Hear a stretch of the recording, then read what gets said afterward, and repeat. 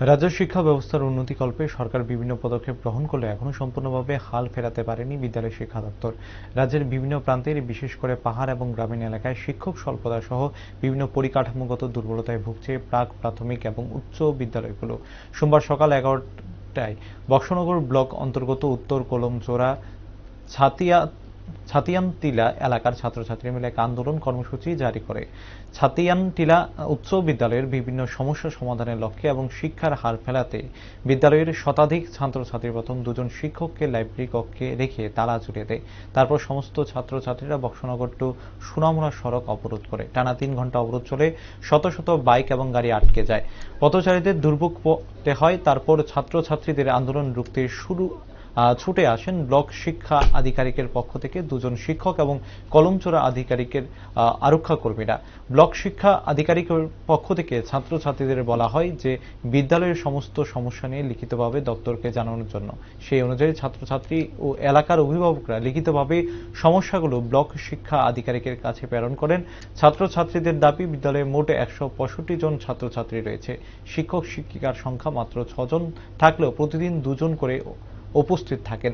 একজন মাতৃকালীন ছুটিতে আছেন শিক্ষিকা ঋত্বিকা কর্মকার। দপ্তরের নিয়মকে বৃদ্ধাঙ্গুল দেখে 2 মাস ধরে স্কুল আসেননি বলে অভিযোগ। অতি সত্বর এই শিক্ষিকার ব্যবস্থা নেওয়ার জন্য ছাত্রছাত্রীদের দাবি করা হয়। পাশাপাশি অতি দ্রুত প্রধান শিক্ষকের বদলির দাবি করেন অবরোধকারী ছাত্রছাত্রীরা।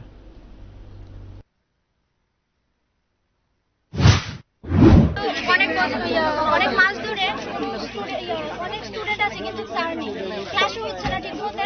তারপর মিড ডে মিলের জন্য ছোট ছোট ভাই বোনেদের তাদের জন্য যে বিস্কুট দেওয়া হয়, সেই বিস্কুটের মধ্যে অনেক পোকামাকড় থাকে, তাদের এগুলো দেওয়া হয়। অনেক সময় ডিম দেওয়া হয় না, তাদের ডিম তো প্রাপ্ত, কিন্তু তাদের ডিমটা দেওয়া হয় না। তাদের সবসময় খিচুড়ি খাওয়ানো হয় বা সবজি ভাত খাওয়ানো হয় মাঝে মাঝে। তারপর আমাদের স্কুলে ক্লাসের মধ্যে স্যার এসে বলে যে তোমরা ফেল করবে, এক্সাম না হলে স্যার কিভাবে বলে যে আমরা ফেল করব। তারপর আমাদের ক্লাসে এসে অনেক নোংরা নোংরা কথা বলে। তারপর এক্সাম স্যার আসে না ঠিক মতো। তারপর স্যার তারা মাঝে মাঝে আসে না, ক্লাস কিছু হয় না। এভাবেই আমাদের তার জন্য টাকা নিয়ে স্যার স্টুডেন্ট পাস করাচ্ছে।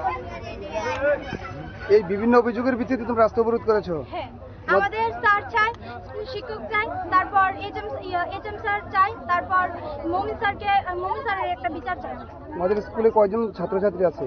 2 থেকে 250 জন। শিক্ষক 4 জন। আরো ঠিকভাবে আসেনি? না।